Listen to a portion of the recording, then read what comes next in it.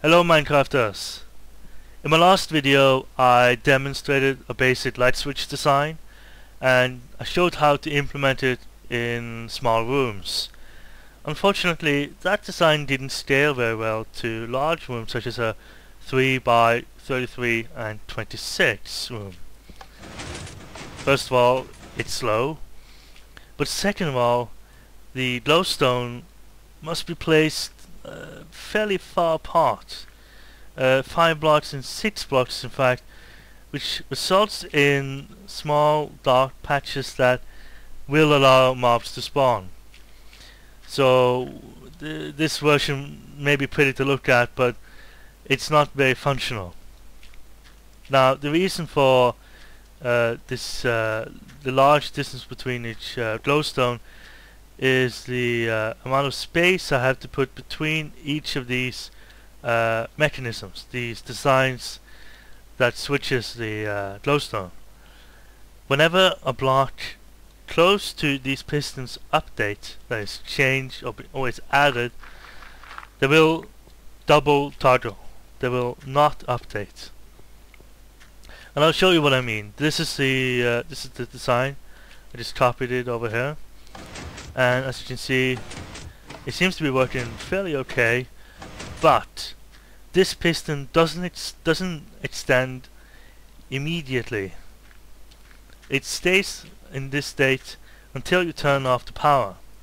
And this turns out to be a problem, because in this state it can be influenced by adding blocks or updating redstone power.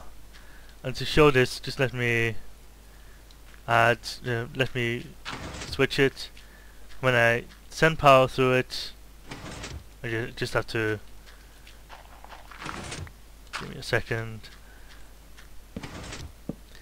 And this is a problem because it prevents you from putting this design close on the top of the floor of the ceiling.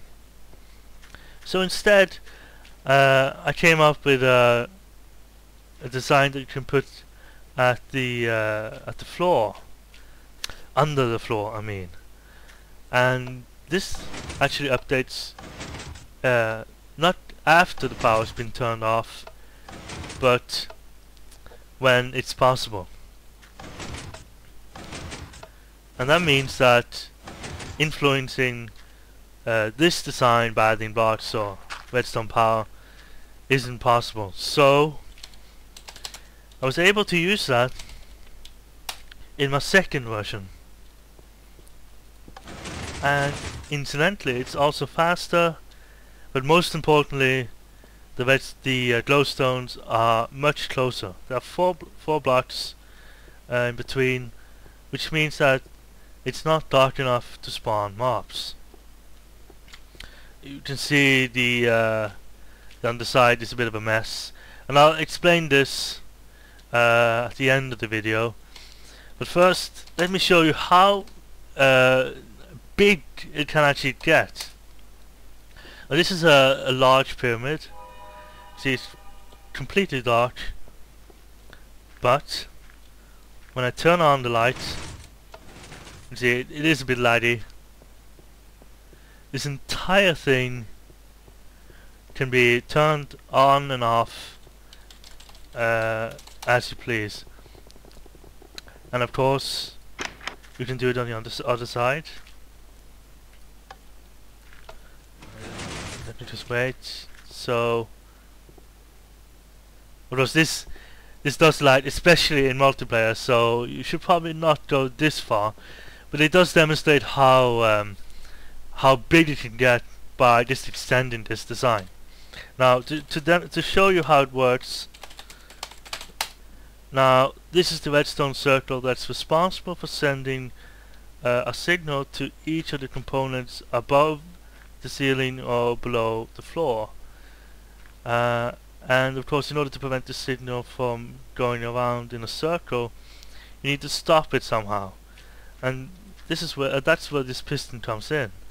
When the signal gets around here, it extends and prevents this repeatedly sending the signal around. So when I click this, the signal will not go around but stop at this point. And of course, by copying that design and putting it elsewhere around the circle, you can trigger everything from wherever you want, at least on the outside or the edge of the square or the room you're inside. So if you don't do this, just to demonstrate what happens, just take away this one, you'll get a power signal that's always on, and that's not exactly what you want. So yeah, that's basically it. If you want to download the schematics, there's a link to it in the description, and if you have any comments or suggestions, please let me know. Thanks.